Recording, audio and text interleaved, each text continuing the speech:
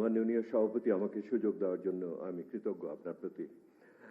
আজকে যে বিষয়টি নিয়ে আলোচনা হচ্ছে, ডক্টর মামুন যে গবেষণাটি উত্থাপন করলেন 26টি দেশের উপরে বিগত 50 বছরের অন্তর্বর্তীকালীন সরকারের অভিজ্ঞতার ভিত্তিতে, আমি তাকে অভিনন্দন জানাই। খুবই একটি প্রাসঙ্গিক এবং সময় উপযোগী একটি গবেষণা, এবং আপনারা দেখেছেন তার ভিতর থেকে বেশ কিছু সাধারণ সিদ্ধান্ত এসেছে, যেমন সময়কালীন ব্যাপারে এবং সেই সরকারগুলোর কি গভীরতা নিয়ে, কি তীব্রতা নিয়ে কাজ করবে এবং কি নিষ্ক্রমণ কিভাবে হবে এবং তার পরবর্তী পরিস্থিতি কি।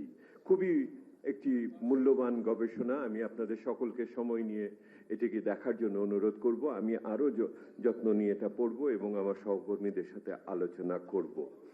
এটা যেই গবেষণা পদ্ধতি এটাতে প্রয়োগ করা হয়েছে, এটা ঐতিহাসিক, মানে যেটাকে আমরা বলি যে উনি হরাইজন্টাল ডিসকাশন করেছেন, ক্রস কান্ট্রি ডিসকাশন করেছেন, অর্থাৎ এটাকে সেইভাবে আনুভূমিক আলোচনার সুযোগ আছে কিনা সেটা দেখার বিষয়। অর্থাৎ ওনার এই হরাইজন্টাল আলোচনাটা, বিভিন্ন ক্রস কান্ট্রি আলোচনাটা পারপাসিভ স্যাম্পলের ভিত্তিতে, কিন্তু এটাকে আরো গভীরভাবে অনুধাবন করলে আজকে প্রাসঙ্গিক করতে হলে আমার বাংলাদেশ নিয়ে আসাটা প্রয়োজন। এবং এখন পর্যন্ত যারা আলোচনা করেছেন বাংলাদেশের বিভিন্ন বর্তমান পরিস্থিতি এবং ইত্যাদি নিয়ে হয়েছে।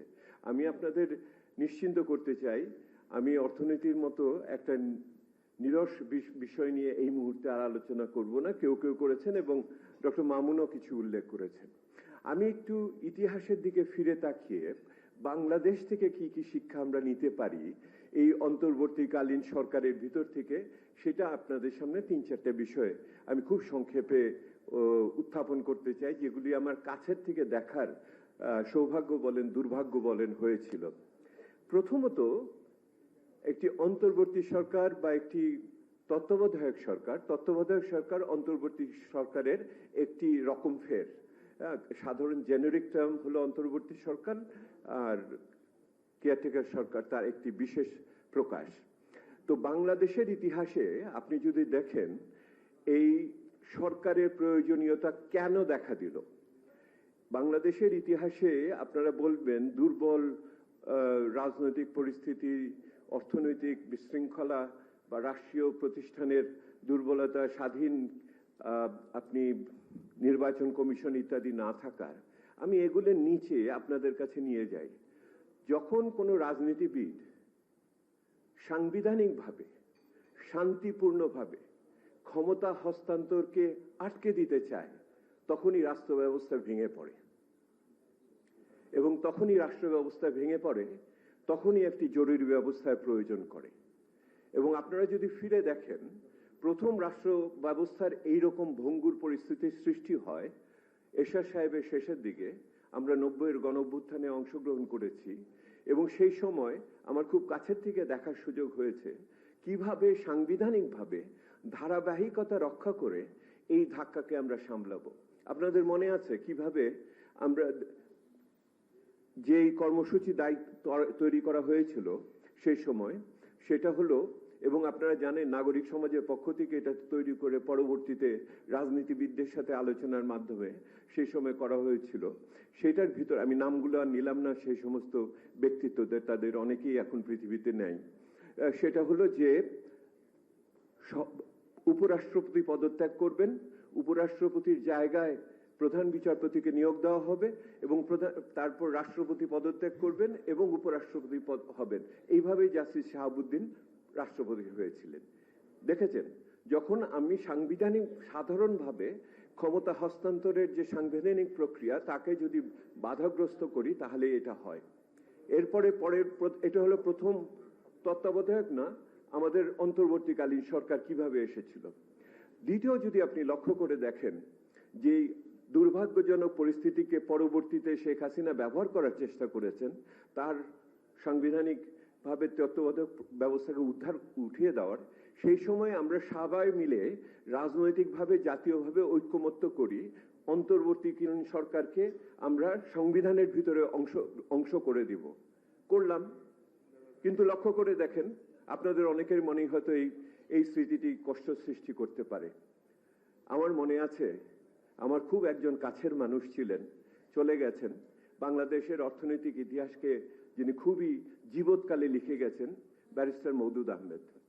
আমি মওদুদ ভাইকে বলেছিলাম, মওদুদ ভাই, আপনি যদি বিচারপতিদের অবসরের বয়স না বাড়াতেন এবং জাস্টিস হাসানকে আপনার প্রধান বিচারপতি হিসেবে সর্বশেষ হিসেবে তাকে তত্ত্বাবধায়ক সরকারের প্রধান না করতেন, তাহলে তো বাংলাদেশের রাজনৈতিক ইতিহাস ভিন্ন হতে পারত। উনি ব্যাখ্যা দিয়েছিলেন, এটাই এখানে ব্যাখ্যা দেওয়ার আমার এটাকে বলার দরকার নেই। ওই যে আমরা বিচারপতিদের বয়সকে নিয়ে সংবিধান সংশোধন করে আমরা আগামী দিনের তত্ত্বাবধায়ক সরকারের প্রধান কে হবে একে প্রভাবিত করার চেষ্টা করেছিলাম। সেইটার ফলেই কিন্তু এইটার সূত্রপাত হলো, আমি তত্ত্বাবধায়ক ব্যবস্থাকে নিয়ে আমি কিন্তু বিকৃতি সৃষ্টি করলাম, যেটা দিয়ে আমরা ঐক্যমত্য করেছিলাম তার থেকে বিকৃতি সৃষ্টি করলাম। এবং পরবর্তীতে 1-11 যে আসলো, এই 1-11 উৎস খুঁজতে হলে আমাদের ওই বিষয়কে অবজ্ঞা করার সুযোগ নাই। এরপরে কি হলো আপনারা লক্ষ্য করে দেখলো, দ্বিতীয়। তৃতীয় কি হলো? তৃতীয় হলো শেখ হাসিনা এই পুরো তত্ত্বাবধায়ক সরকারকে সংবিধান থেকে তুলে দিল এবং বিচার ব্যবস্থা এখন তো এটা আপনার হাইকোর্টের আয় হয়ে গেছে। আমার রিভিউ হবে অ্যাপেলেট ডিভিশনে, রিভিউ হলে আমরা পুরনো তত্ত্বাবধায়ক ব্যবস্থাকে পুনঃস্থাপন করতে পারবো। তার তাৎপর্য বর্তমান অন্তর্বর্তীকালীন সরকারের জন্য আইনানুগভাবে কি হবে সেটা আরেক আলোচনা, আরেকদিন করা যাবে। কিন্তু আপনি দেখেন শেখ হাসিনা কি করলেন, উনি এই পুরো ব্যবস্থাটাকেই তুলে দিলেন কি এটাকে অগণতান্ত্রিক ইত্যাদি বলে, এবং বিচার ব্যবস্থাকে ব্যবহার করে, আমরা ইংরেজিতে বলি ওয়েপেনাইজেশন অফ দি জুডিশিয়াল সিস্টেম, মানে ওইটাকে বিচার ব্যবস্থাকে অস্ত্র হিসেবে ব্যবহার করে এটা করলেন। অর্থাৎ এটা আমার প্রথম শিক্ষায় পুরো বিচার থেকে, যখনই রাজনীতিবিদরা শান্তিপূর্ণ উপায়ে ক্ষমতা হস্তান্তরের সাংবিধানিক প্রক্রিয়াকে বিকৃতি সৃষ্টি করেছেন, তখনই ক্ষমতা এই ব্যবস্থা ভেঙে পড়েছে। এবং এর চেয়ে সবচেয়ে বড় এটার ভিকটিম শিকার হয়েছেন রাজনীতিবিদরা নিজেরা। রাজনীতিবিদরা এর ফলে সবচেয়ে বেশি কষ্টের শিকার হয়েছেন। সেটা আপনি এরশাদ পরবর্তী কথা বলেন, 1/11 বলেন, যে কষ্টের কথা বলবো, এমনকি শেখ হাসিনা এবং তার উত্তরে রাজনীতিবিদরাই কিন্তু এর জন্য সবচেয়ে বেশি ভিকটিম, এটার ফলাফলের শিকার হয়। আমি দ্বিতীয় বিষয় আপনাদের বলি। দ্বিতীয় বিষয় হলো একটি নির্বাচন, এটার সরকার, তত্ত্বাবধায়ক সরকার, অন্তর্বর্তীকালীন সরকারের আরেকটা অভিজ্ঞতা হলো, সেই সরকার যদি নিস্পৃহ না হয় তাহলে অবশ্যই সমস্যার সৃষ্টি হবে।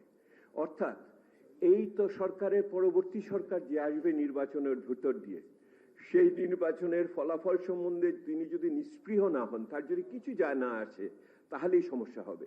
অর্থাৎ তিনি নিরপেক্ষ থাকবেন না। যদি আপনি মনে করেন আপনার নিয়োগকর্তার পক্ষে আপনি কাজ করবেন, তাহলে সেই সরকার কিন্তু নিস্পৃহ হলো না। সেহেতু নিস্পৃহ থাকতে হবে। ফলাফলের সম্বন্ধে পরিষ্কারভাবে তার কোনো আসা যাবে না, এইরকম মনোভাব যদি পরিষ্কার না হয়, তাহলে এইটার ভিতর দিয়ে এই সরকারের সমস্যা হবে। যত দীর্ঘ সময় থাকবে তত তার কায়েমি স্বার্থ এটার ভিতরে গড়ে উঠবে। ওই যে ফলাফল বের হয়েছে যে কম সময় থাকলে পরে ভালো ফলাফল থাকে, সেহেতু নিস্পৃহ থাকার সাথে সময়কালের একটা সম্পর্ক আছে।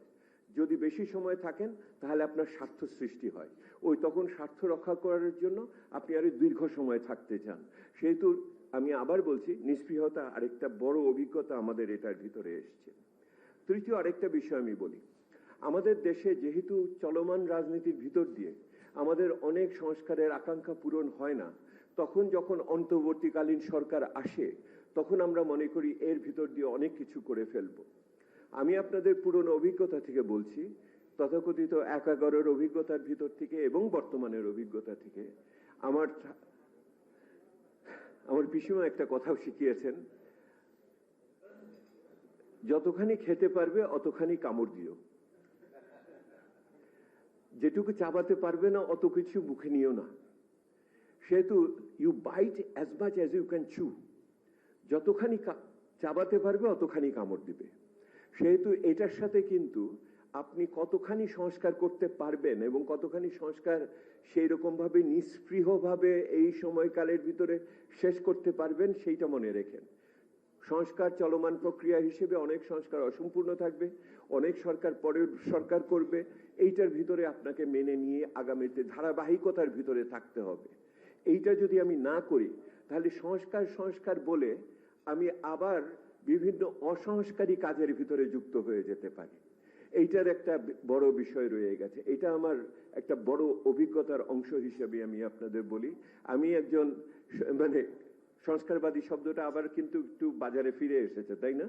11-এর পরে যেটা খারাপ হয়ে গেছিল, আবার সংস্কারবাদী বললে এখন আর অত খারাপ বলে না ইদানিং কালে, এখন অবশ্য ফ্যাসিবাদী বলে। আচ্ছা, যাই হোক, তো এইটাও শব্দের বিভিন্ন একটা আবহাওয়া আছে, মৌসুম আছে। আমার শেষ 4 নম্বর বিষয়। 4 নম্বর বিষয় হলো প্রত্যেকটা তত্ত্বাবধায়ক সরকার, আপনারা লক্ষ্য করে দেখেন, তারা কিন্তু এর আগের যে 3টে গেছে তাদের প্রত্যেকের একটা নিষ্ক্রমণ পথ ছিল, এক্সিট পলিসি যেটাকে বলে। আপনি লক্ষ্য করে দেখেন, যখন প্রথম এর আগেও যখন হয়েছে, এরশাদ সাহেব যখন এসছেন এবং অথবা আপনি যদি জিয়া রহমান সাহেব যখন দায়িত্ব নিয়েছেন, তারপরে দেখেন ওনার দল সংখ্যাগরিষ্ঠতা পেয়েছে, পঞ্চম সংশোধনী বা অন্যান্য বিষয় এগুলিকে বৈধতার ক্ষেত্রে কোনো সমস্যা হয়নি, আপনার পার্লামেন্ট কাজ করেছে ওনার পক্ষে। এরশাদ সাহেব ওনার জাতীয় পার্টি দিয়ে দল বানিয়ে ওনার যে সমস্ত অষ্টম সংশোধনী পর্যন্ত অন্যান্য বিষয় ছিল এটাকে উনি বৈধতা দিতে পেরেছেন। আপনি 1-11 সরকারের দিকে তাকিয়ে দেখেন, যেই সরকারটি এসছিল সেই সরকারটি মানে যেই পার্লামেন্টে হয়েছিল সেটা কিন্তু ওই ফখরুদ্দিন সাহেবের সরকারের অনুগমনে হয়েছিল, সেহেতু ওনাদের বৈধতার ক্ষেত্রে কিন্তু খুব বেশি সমস্যা হয়নি। বর্তমান সরকার যে যাবেন, তারা যে কাজকর্মগুলো করেছেন, আগামী সরকার সেইগুলোকে সম্পূর্ণভাবে বৈধতা দিবে কিনা এই বিষয় কিন্তু এখনো সামনে রয়ে গেছে, বিশেষ করে সংস্কার এবং ইত্যাদির বিষয়ে। সেহেতু যে কোনো অন্তর্বর্তীকালীন সরকার, যে কোনো তত্ত্বাবধায়ক সরকার সর্বদা তার নিষ্ক্রমণ পদ্ধতি সম্বন্ধে চিন্তা করা উচিত। এই সরকারকেও সেটা করার সময় এসে গেছে, এক্সিট পলিসি চিন্তা করার সময় এসেছে এবং একই রকম ভাবে এটাকে যেটা করলে ডিউটি কমপ্লিশনের রিপোর্ট দেওয়ার সময় হয়ে গেছে। অর্থাৎ ওনারা এন্ড অফ টাস্ক রিপোর্ট লাগবে, অর্থাৎ ওনার এই মুহূর্তে উনি আর যেটুকু সময় আছে এর ভিতর দিয়ে কি অর্জন করে বের হয়ে যেতে চান সেইটা ওনাদের এখন বলার সময় এসেছে, কোনো একটা জাতির উদ্দেশ্যে ভাষণের ভিতর দিয়ে। এটা শুধু নির্বাচনের তারিখ নিয়ে আমরা যে চিন্তিত সেটা না, কি কি আকাঙ্ক্ষা নিয়ে এই সরকারকে আমরা নিয়ে এসেছিলাম সেইটা সমাপনের ক্ষেত্রে কি কি করে যাচ্ছেন এবং কি কি আগামী সরকারের জন্য রেখে যাচ্ছেন, এই স্বচ্ছ বক্তব্য একটা এটা এক্সিট টাস্ক আমরা রিপোর্ট যেটাকে বলি করার একটা সময় এসে গেছে। আমি শেষ করে যেটা বলতে চাই, শেষ বিচারে আমার অন্তর্বর্তীকালীন সরকারের মূল অভিভাবক হলো রাজনীতিবিদরা। যদি রাজনীতিবিদরাও এই প্রক্রিয়াকে ঠিক রাখতে না চান তাহলে কেউ ঠিক রাখতে পারবে না। এই দ্বিতীয়, এই প্রক্রিয়ার অন্তর্বর্তীকালীন সরকারের সবচেয়ে বড় সহায়ক শক্তি হলো রাষ্ট্রের অন্যান্য অঙ্গ প্রত্যঙ্গ, আমলারা যারা উর্দি পড়েন, যারা উর্দি পড়েন না, অর্থাৎ সেনাবাহিনী, আইন শৃঙ্খলা বাহিনী, আমলা ইত্যাদি, এটা সহায়ক শক্তি হিসেবে নির্বাচন কমিশন কাজ করতে হবে। কিন্তু যদি বলেন সবচেয়ে বড় রক্ষককে, সবচেয়ে বড় রক্ষক হলো নাগরিকরা। নাগরিকরা যদি কণ্ঠস্বর দিয়ে আমরা ঠিক রাজনীতিবিদ এবং সহায়ক শক্তিকে পথে না রাখি তাহলে এই তত্ত্বাবধায়ক সরকার কাজ করবে না।